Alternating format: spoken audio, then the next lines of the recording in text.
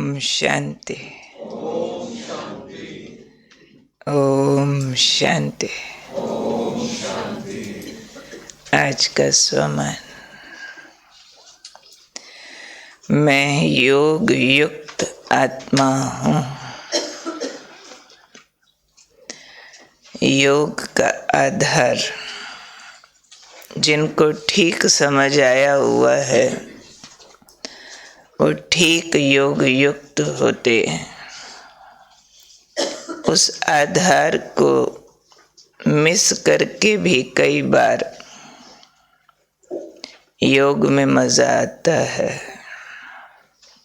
योग बाबा के प्यार का दूसरा नाम है।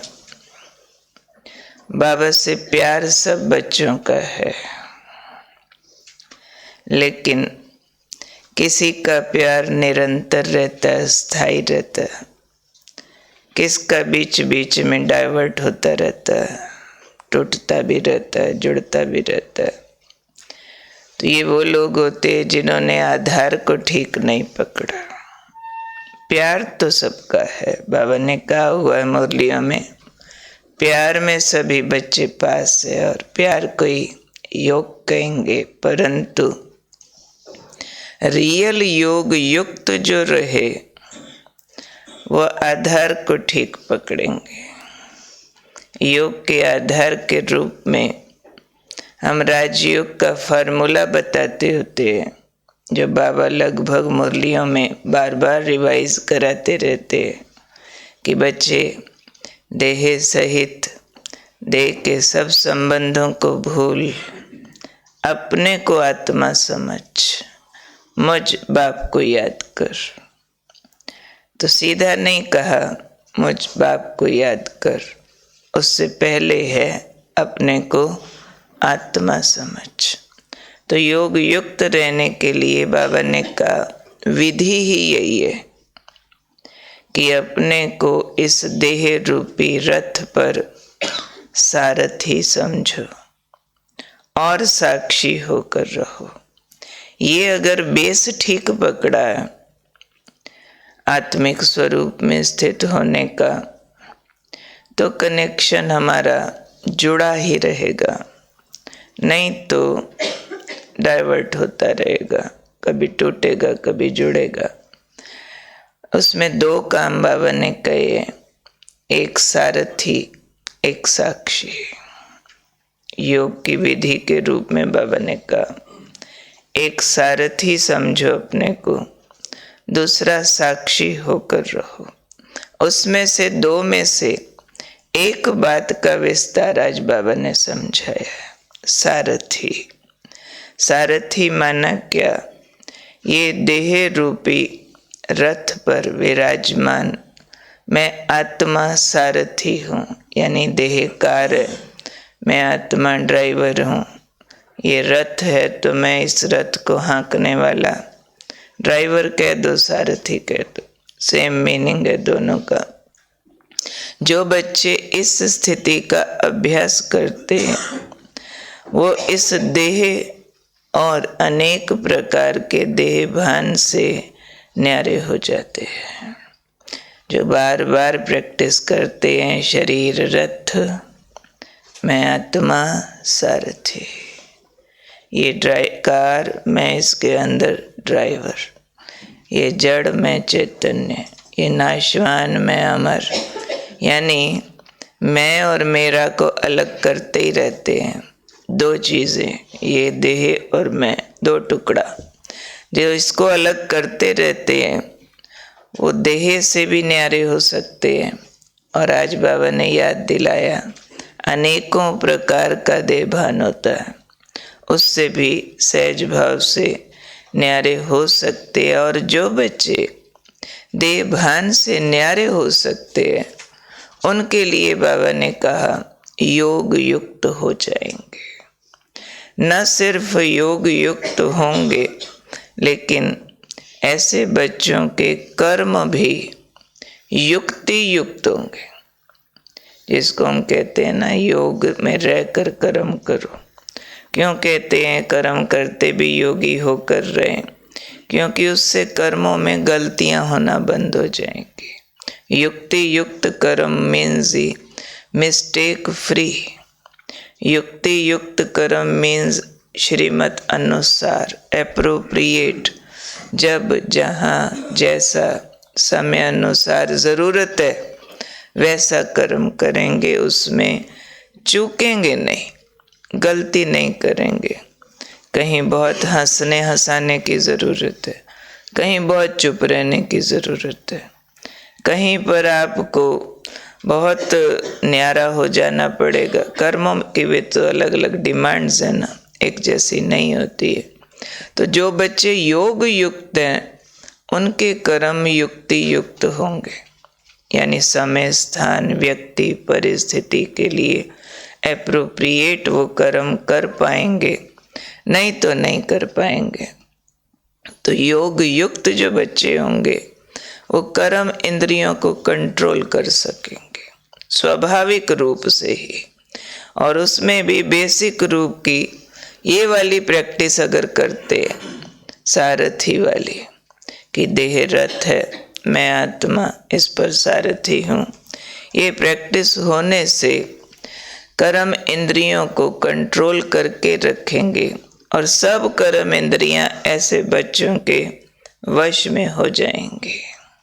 तो कितने सारे रिजल्ट हैं इस एक बात के, देह से न्यारा होने के। तो देह से न्यारा तो लाखों प्रकार के देह भान से भी न्यारे। योग युक्त कर्म भी हो जाएंगे, युक्ति युक्त कर्म इंद्रियां भी कंट्रोल में हो जाएंगी। मीन्स पूरा जीवन व्यवस्थित होता है इस एक प्रैक्टिस से।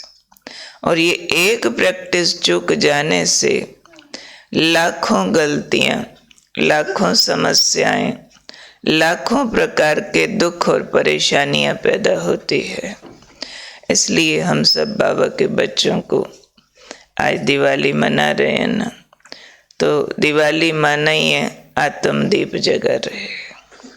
हम कहते हैं सतयुग में घर घर में दिवाली है, ऐसे थोड़ी कोई रोज़ दिए जलाते हैं, ऐसे भी नहीं कोई बहुत सारी लाइटें रोज़ जला के रखते हैं। वो तो नेचुरल हीरो पर चांद की लाइट पड़ती है, रात को जगमग दिखती है। स्पेशल वाली ऐसी कोई दिवाली आतिशबाजी रोज़ करते रहे। घर घर में सोल कॉन्शियसनेस है, आत्म ज्योत जगी हुई है। तो हमारी सच्ची दिवाली है आत्मा भाई भाई की दृष्टि, वृत्ति, कृति, स्मृति, ये हमारी बनी रहे, देह भान से मुक्त होते रहें।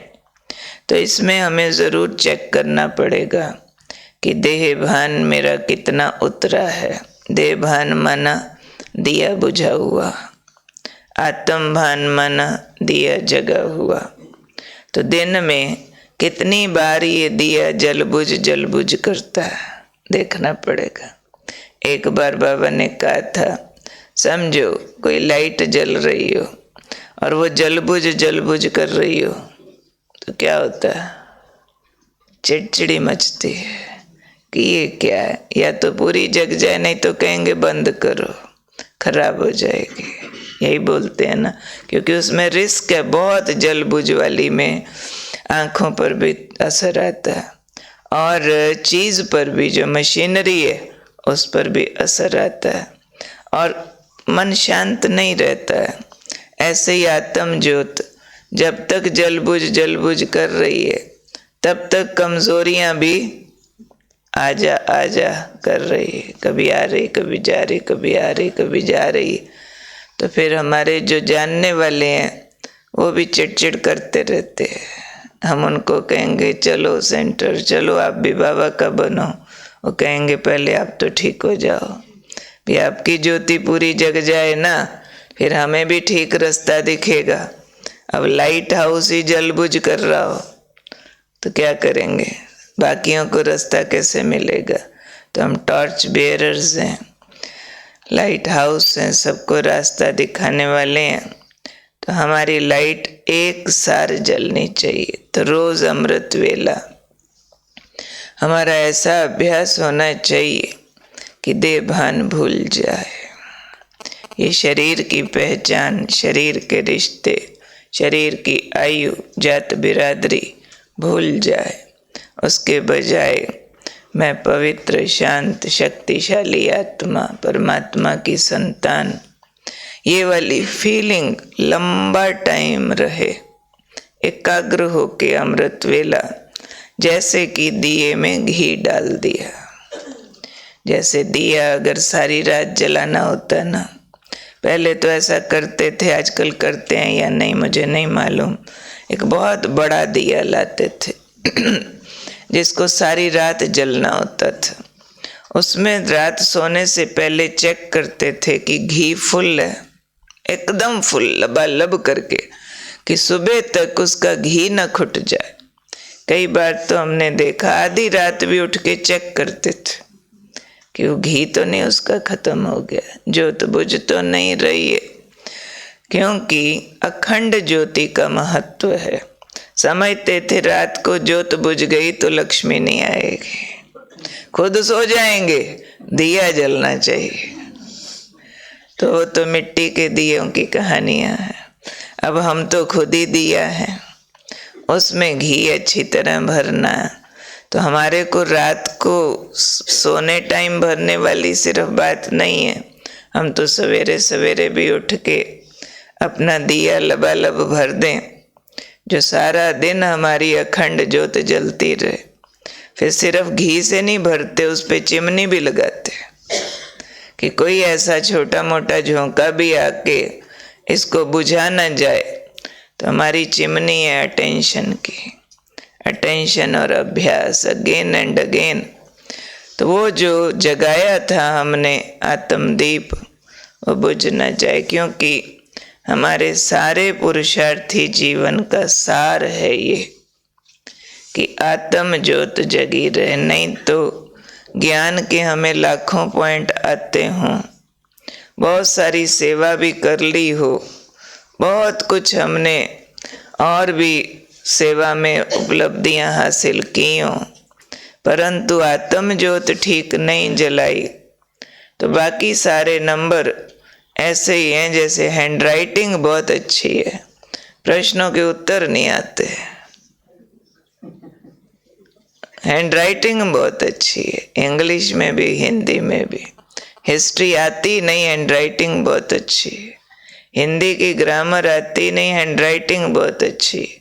तो आप सारे क्वेश्चन गलत लिखो, हैंडराइटिंग अच्छी हो तो 5 नंबर तो 100 से मिल जाता।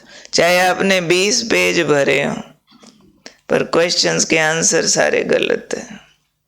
लिखना था आपने उसमें इंग्लिश, आप लिख रहे हो हिस्ट्री। ग्रामर लिखनी थी, आप लिख रहे हो जियोग्राफी, नंबर कहाँ से मिलेंगे। ऐसे ही सारे ईश्वरीय जीवन का सार है, आधार है आत्मिक स्मृति। इस देह रूपी रथ पर सारथी होकर रहना, इसके बिना उठाए गए सारे कदम आत्मा को संतुष्टि नहीं देते, यथार्थ उन्नति नहीं करते।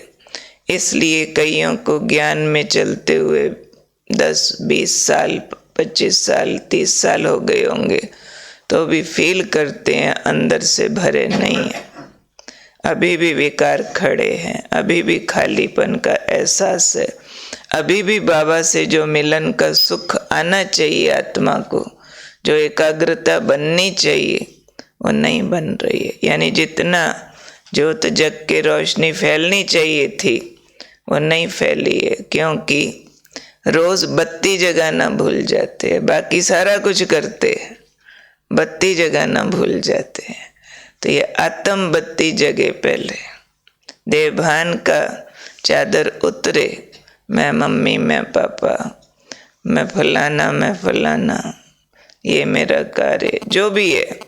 ये किसी को किस प्रकार का देवभान होता है, किसको किस, वैरायटी, बहुत ज़्यादा वैरायटी, बहुत ज़्यादा। किसी का संबंध का भान उतरा होगा तो आयु का होगा, आयु का उतरा होगा तो पोजीशन का होगा, पोजीशन का उतरा होगा तो जात बिरादरी का, किसी का कैसा, किसी का कैसा। और किसी का तो फिर सब प्रकार का ही चढ़ा होता है, तो वो फिर विकारों को समाप्त होने नहीं देता। इसलिए आज का वरदान बड़ा जोरदार है।